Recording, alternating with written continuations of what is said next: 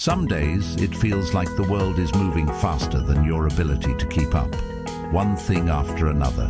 Notifications, expectations, noise. You wake up already behind, spend the day catching up, and go to bed wondering if any of it really mattered. That low-level anxiety, that restless feeling like you're doing everything and somehow nothing, that's not just you. That's what happens when life gets loud and your inner compass gets quiet. But here's the thing, you're not powerless in this. You're not just a passenger in the chaos. The Stoics believed that even in the most unpredictable moments, you have one sacred power left, the power to choose how you respond. You can't control what happens, but you can control what it means to you. You can choose focus over frenzy, depth over distraction, peace over panic. In this video, we're breaking down 12 simple but powerful choices a Stoic makes every day, not from theory, but from practice. These choices are small, subtle, often invisible to others, but they shape everything. They're how you build character in the middle of a noisy world. If that sounds like something you need right now, and if you're into reclaiming your attention, your clarity, and your calm, there's one simple, free favor I'll ask you. Tap that subscribe button. No spam, no noise, just real tools, real perspective, and a little more stillness in your feed. Let's get into it. 1. Choose to start now. We all have that quiet voice in our head that whispers, "You'll do it later." It sounds harmless, even logical. "You're tired," it says. "You're not ready. Just wait until the timing feels right." But let's be honest, that voice is a liar. And worse, it's persuasive. Because tomorrow feels safer. Tomorrow lets you off the hook. But here's the truth no one really wants to face. Tomorrow is where dreams go to die. Aristotle once said, "We are what we repeatedly do." Excellence, then, is not an act, but a habit. If that's true, and it is, then every time we delay, we aren't just pushing things off. We're practicing avoidance. We're hardwiring hesitation. We're shaping our character with inaction. That book you want to read, that workout plan you've been planning, that phone call you know you need to make, they're not waiting for a better time. They're waiting on you, not your potential, you. In Stoicism, there's a word, prohairesis. It means your inner faculty of choice, the ability to say yes or no to whatever life puts in front of you. Marcus Aurelius practiced this relentlessly. In Meditations, he wrote, "You could be good today, but instead you choose tomorrow." It's a gut punch, because it's true. We keep waiting to become better people, but we forget that the only moment we have power in is now. Not next week, not when things settle down. Now, Carl Jung once said, "You are what you do, not what you say you'll do."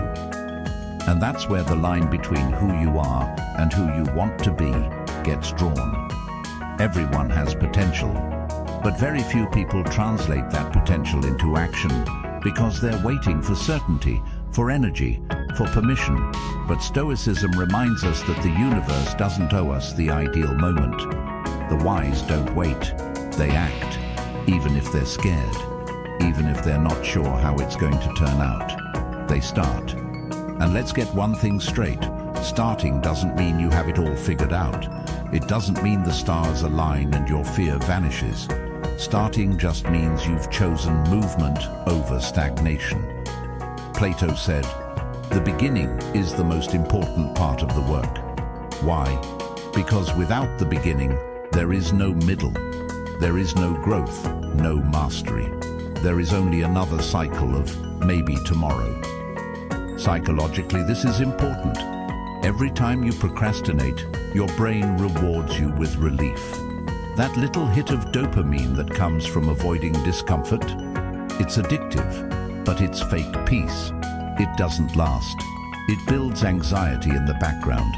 You know this feeling, that low-grade guilt that follows you around. Starting disrupts that pattern. It tells your nervous system, we're safe, we can move forward. You build momentum not by thinking, you build it by doing. So here's a challenge that cuts through the noise. Pick one thing you've been putting off, just one. Doesn't matter how big or small. Set a timer for 10 minutes and do it. Start it. Begin badly, begin awkwardly, but begin. That's the only way you ever get better. Because the truth is, you don't need more time. You need more courage. And courage, like any virtue, is a choice, a decision you make in the present moment. Socrates said, "The secret of change is to focus all your energy not on fighting the old, but on building the new." You're not stuck, you're just stalling. And the cure for stalling is simple: move. 2. Choose discipline over drama. You ever notice how motivation disappears the second you actually need it? 1 minute you're hyped up with a plan, the next you're staring at your phone wondering where the last hour went. That's the trap. Most people think they need to feel inspired before they take action. But the truth, the real truth, motivation is unreliable. Discipline isn't. And the only way to make discipline sustainable is to stop relying on your mood and start relying on a system. Here's the thing. Your brain loves patterns. It thrives on predictability. That's why you brush your teeth every morning without thinking twice. You're not pumped about it. You don't need a TED talk or a motivational quote to get you to pick up the toothbrush. You just do it. Why? Because it's wired in. Automatic. Now imagine if your workout, your reading habit, your creative work, imagine if those things were as automatic as brushing your teeth. That's the power of a system. The Stoics understood this deeply. Epictetus didn't say, "Get inspired and then do the right thing." He said, "First say to yourself what you would be, and then do what you have to do." That's the formula. Decide who you want to be, then structure your life around that identity, not the other way around. You don't wait to feel like the person you want to become. You act like them until it's natural. And structure helps you do that. Carl Jung touched on something similar when he said, "You are what you do, not what you say you'll do." You can talk all day about your goals, your dreams, your ideal life, but without habits, without daily proof, you're just narrating a fantasy. Stoicism doesn't care about what you say you value. It cares about what you show you value, through your choices, your rituals, your repetition.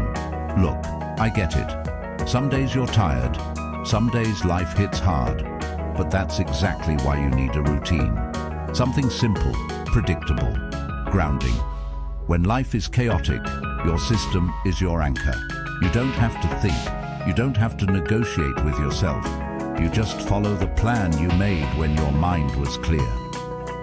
Plato once said, "The first and best victory is to conquer self." You know how you do that. You stop giving yourself options.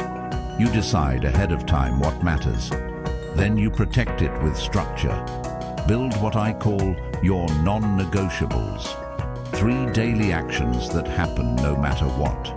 Doesn't matter if you're tired, stressed, traveling, or busy. These 3 things, they get done. Period. And I'm not talking about huge, flashy goals. I'm talking about things that build momentum. Maybe it's writing 200 words, reading 10 pages, a 30-minute workout, meditating for 5 minutes. Whatever aligns with who you want to become, make it part of your system. Because that's the trick. Habits eat motivation for breakfast. When discipline becomes your baseline, success stops being a question of if and starts becoming a question of when. Socrates said, "Beware the barrenness of a busy life." That's what happens when you fill your days with activity, but no purpose, no rhythm, no ritual. 3. Choose to log off. Your mind is not designed to handle a 24/7 feed of stress, outrage, and noise. And yet most of us wake up and hand over our attention to a glowing screen before we've even had a sip of water. It's become our default. Tap, scroll, absorb, repeat.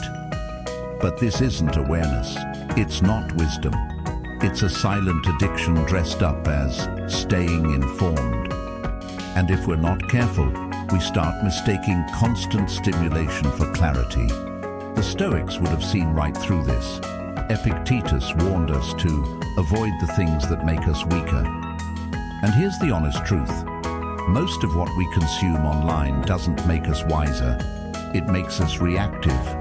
It hijacks our nervous system, trains us to be emotionally volatile, and floods our day with other people's agendas. We think we're becoming informed, but we're actually just becoming distracted, and distraction is one of the fastest paths away from peace. Carl Jung once wrote, "People will do anything, no matter how absurd, to avoid facing their own soul." Think about that the next time you're 3 hours deep into news articles you can't change or debates that leave you drained. The more we drown ourselves in constant input, the less we hear our own thoughts. The less we check in with what we believe, what we value, and what really needs our attention. And what's wild is this. The world isn't going to crumble if you unplug for a bit, but you might if you never stop feeding your brain crisis after crisis. Every alert, every headline, every breaking news story, it takes a toll, a quiet, corrosive toll that chips away at your ability to think clearly, to feel calm, to act deliberately. Plato said, "The first and greatest victory is to conquer yourself." You don't conquer yourself by giving your mind away to every notification. You do it by choosing stillness, by guarding your mental space like it actually matters, because it does. So here's a simple experiment that could change everything. Block out 1 hour today, just one, and go totally analog. No screens, no feeds, no headlines. Just breathe. Read a physical book. Take a walk with no destination. Journal with a pen on paper. Let your mind stretch out. Let it wander without being pulled in 100 directions.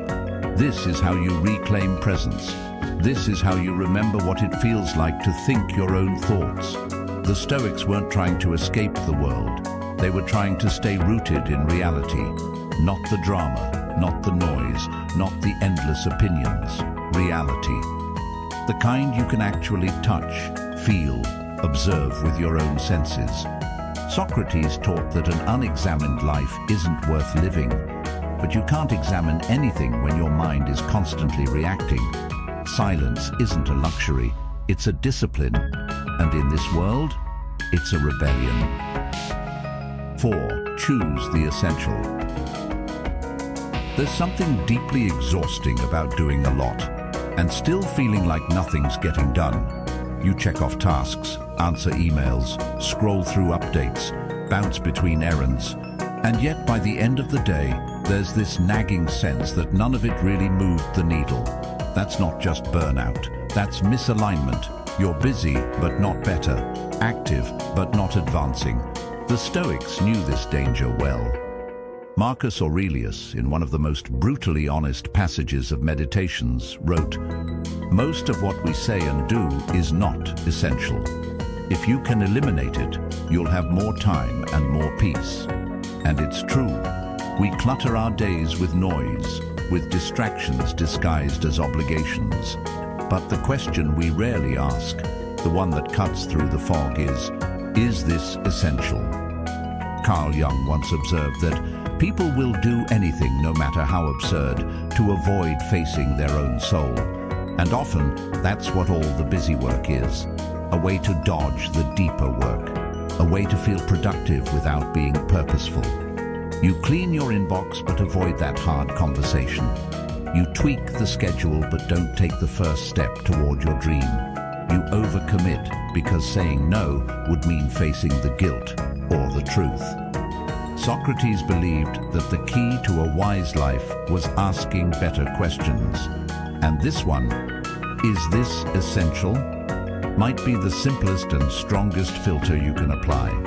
Because when you remove what doesn't matter, what does matter starts to stand out. Here's something practical you can do. Take 5 minutes and write down your top goal, just one. The thing that matters most to you right now, personally, professionally, whatever it is. Then look at what you're planning to do today. Cross out 3 things that don't serve that goal. You'll be shocked how easy it is to find them and how freeing it feels to let them go. 5. Choose to see the opportunity. Let's face it, life isn't smooth. People interrupt, plans fall apart, expectations get crushed. And just when you think you've got a grip on things, someone cuts you off in traffic or sends that passive-aggressive email that ruins your whole mood. It's tempting to think, why can't things just go right for once? But here's the shift. What if the universe wasn't against you, but training you? The Stoics saw every difficulty, every irritation, as a tool for growth. Marcus Aurelius put it like this: the impediment to action advances action. What stands in the way becomes the way. He wasn't being poetic, he meant it literally. That thing annoying you? It's a test, a mirror, a lesson. The frustrating people in your life, they are the curriculum, and your reactions, that's the exam. Carl Jung once said, "Everything that irritates us about others can lead us to an understanding of ourselves." That quote stings because it's true. That person who triggers you might be pointing to something unhealed in you. That obstacle that keeps showing up might be the very thing shaping your strength. Most of us want peace without pressure, growth without friction. But Stoicism reminds us that virtue isn't built in comfort, it's built in conflict. Socrates believed that the soul was strengthened through tension, through questioning, contradiction, and challenge. So maybe that person who constantly tests your patience isn't a curse. Maybe they're your gym partner, spotting you as you lift the emotional weight of self-control. Because let's be honest, it's easy to be kind when everyone's nice. It's easy to stay calm when nothing's going wrong. But where's the growth in that? 6. Choose the higher standard. There's a strange thing about growth. It often requires disappointing other people. Not because you're doing anything wrong, but because you're finally doing what's right for you. And that shift, that internal turning point, can shake people, especially those who benefit from you staying small, quiet, or the same. We live in a world that's addicted to external validation.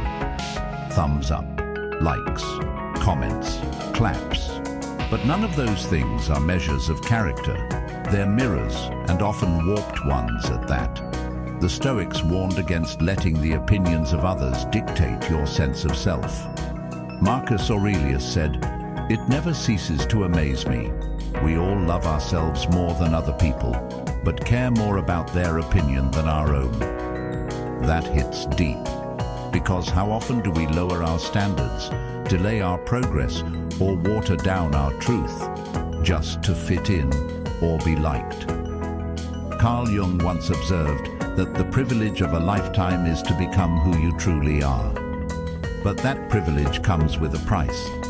You have to be willing to walk alone sometimes, to be misunderstood, to say no to what's popular and yes to what's personal. That takes guts, and it takes clarity about who you are and who you're trying to become. Plato taught that the highest good was the pursuit of virtue, not praise. In his world, the wise person didn't aim to be seen as good. They aimed to be good, quietly, consistently, regardless of the audience.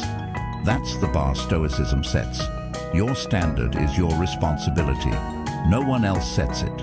No one else enforces it. It's yours to raise or lower, and yours to live by.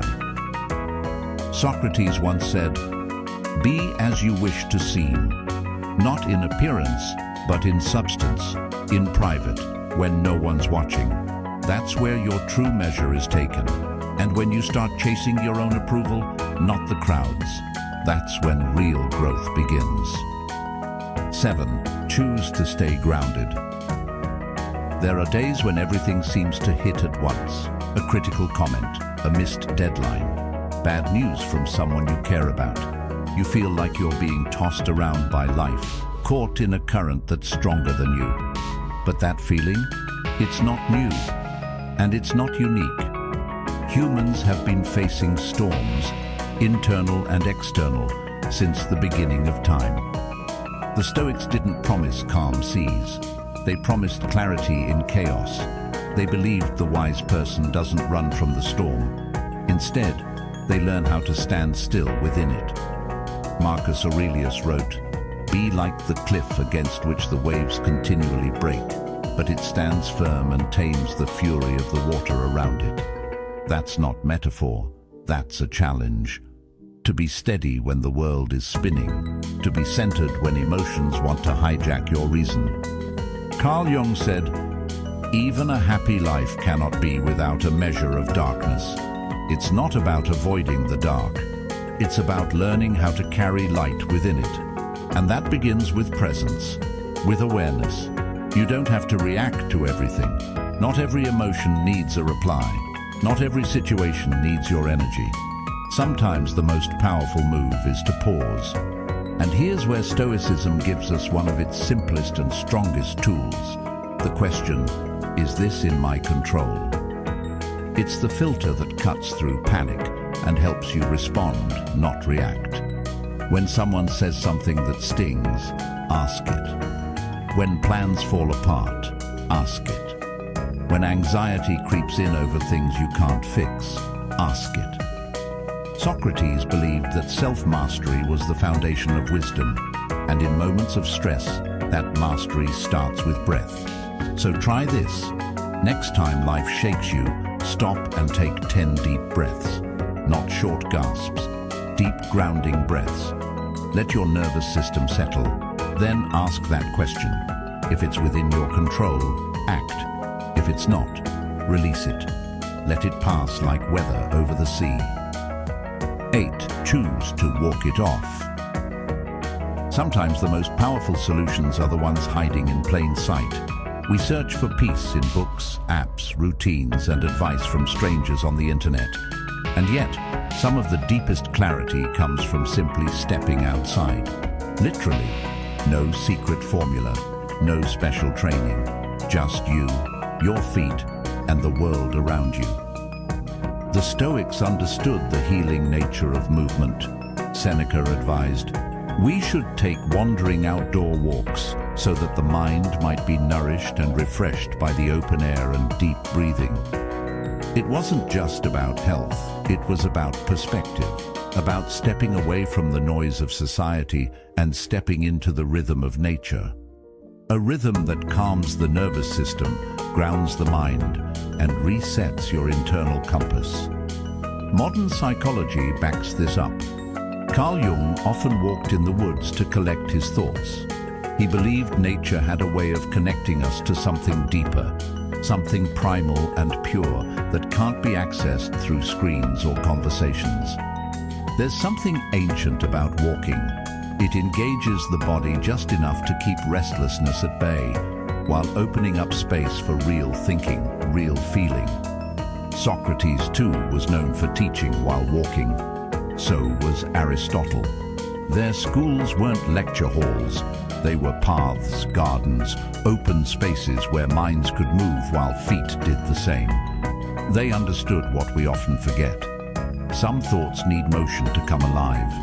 Some answers can't be found sitting still. And here's what's wild. When you walk without distraction, without a podcast, without checking your notifications every few seconds, your mind begins to process, to integrate, to sort through what actually matters. What seemed huge an hour ago begins to shrink. What felt blurry starts to sharpen. So try this. Just 10 minutes. No phone, no music. Just walk. Feel the ground under your shoes. Listen to the breeze, the traffic, the birds. Whatever's out there, let your thoughts breathe for once. Let your attention return to its natural state, present. 9. Choose to be kind. There's a quiet kind of power that never makes the headlines. It doesn't demand applause. It doesn't shout or posture. It moves through the world gently, but leaves a deep impact. That power is kindness. And no, not the performative kind wrapped in hashtags or social media posts. The real kind. The kind that asks for nothing in return. We've been taught to see kindness as softness, as something passive. But the Stoics would disagree. True kindness in their eyes is an act of discipline, of mastery over self. Seneca wrote, "Wherever there is a human being, there is an opportunity for kindness." And that wasn't a feel-good quote. It was a challenge, because kindness isn't always easy.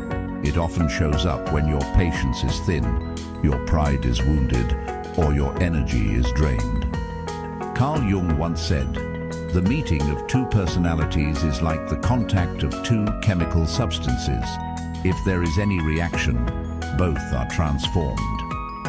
Every interaction we have is a chance to leave people better or worse.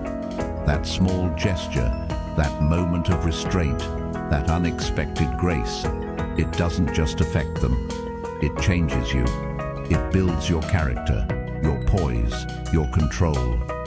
Socrates taught that justice was one of the highest virtues, and in many ways, kindness is justice in action. Not legal justice, but everyday justice.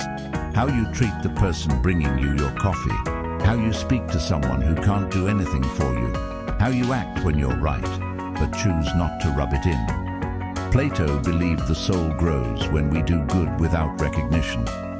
That's the test. Can you be kind without the spotlight, without credit?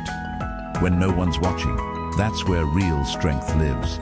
Because kindness, when it's pure, comes from overflow, not obligation. Because the strongest people don't flex their power, they use it to lift, to protect, to give. And that's what Stoic kindness looks like. Controlled, intentional, strong. 10. Choose to read. We don't realize how noisy our minds have become until we try to sit still. One moment we're reaching for our phones out of habit, the next we're neck deep in a scroll that doesn't end. News, opinions, memes, hot takes, more noise. It's constant stimulation, but almost zero nourishment. Like snacking on junk food all day and wondering why you feel empty. The Stoics believed in the careful curation of thoughts. Marcus Aurelius wrote in Meditations, "The things you think about determine the quality of your mind." And what are most of us feeding our minds with? Highlights, gossip, comparison, distraction. That's not thinking, it's reacting. That's not wisdom, it's mental clutter. And in this age of infinite content, choosing what not to consume might be the greatest discipline. Carl Jung once said, "Until you make the unconscious conscious, it will direct your life and you will call it fate." Mindless scrolling is exactly that, a habit of unconscious living. You're not choosing what to think, you're being told what to think, feel, and fear. But reading puts you back in control. It slows your brain down just enough for reflection. It gives you space to wrestle with ideas rather than just absorb them. Plato believed that the written word could preserve and transmit wisdom across generations.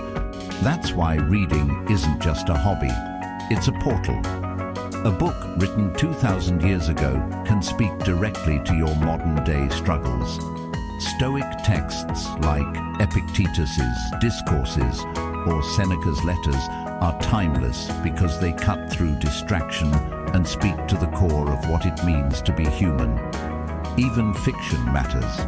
Aristotle said that fiction is the lie through which we tell the truth. Great novels show us the human condition in all its complexity. They help us understand others and ourselves. They build empathy. They challenge our assumptions. something no feed algorithm is designed to do. So here's something small but powerful you can try today. Replace just 10 minutes of scrolling with 10 minutes of reading. Doesn't matter what. A few pages of a classic, a thoughtful essay, a poem. Give your brain something it can actually chew on, something that nourishes instead of numbs. 11th, choose to end well.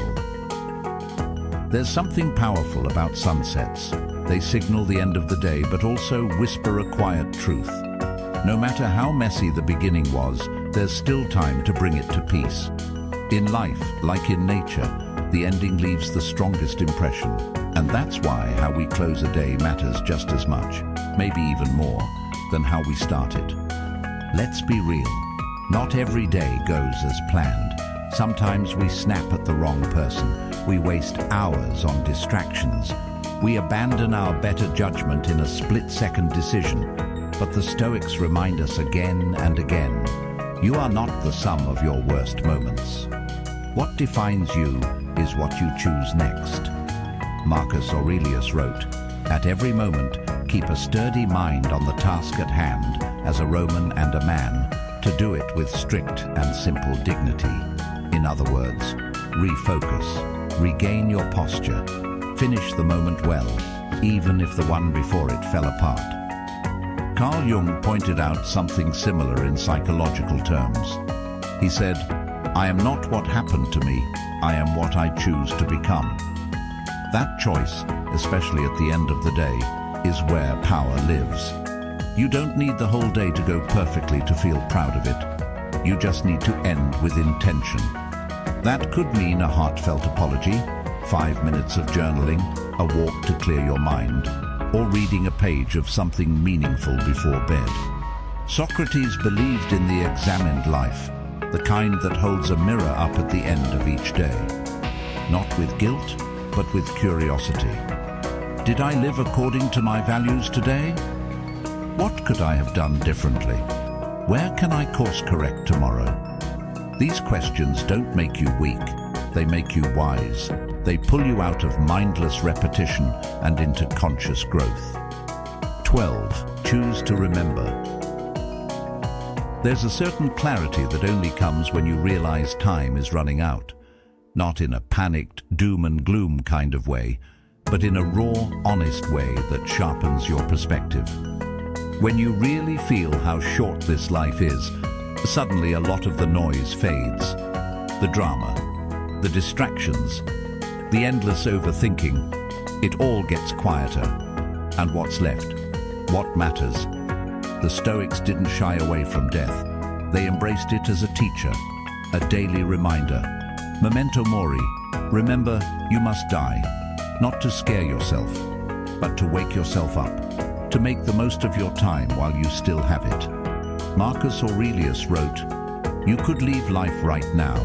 Let that determine what you do and say and think." He didn't mean live recklessly, he meant live deliberately. Carl Jung echoed this idea in his own way.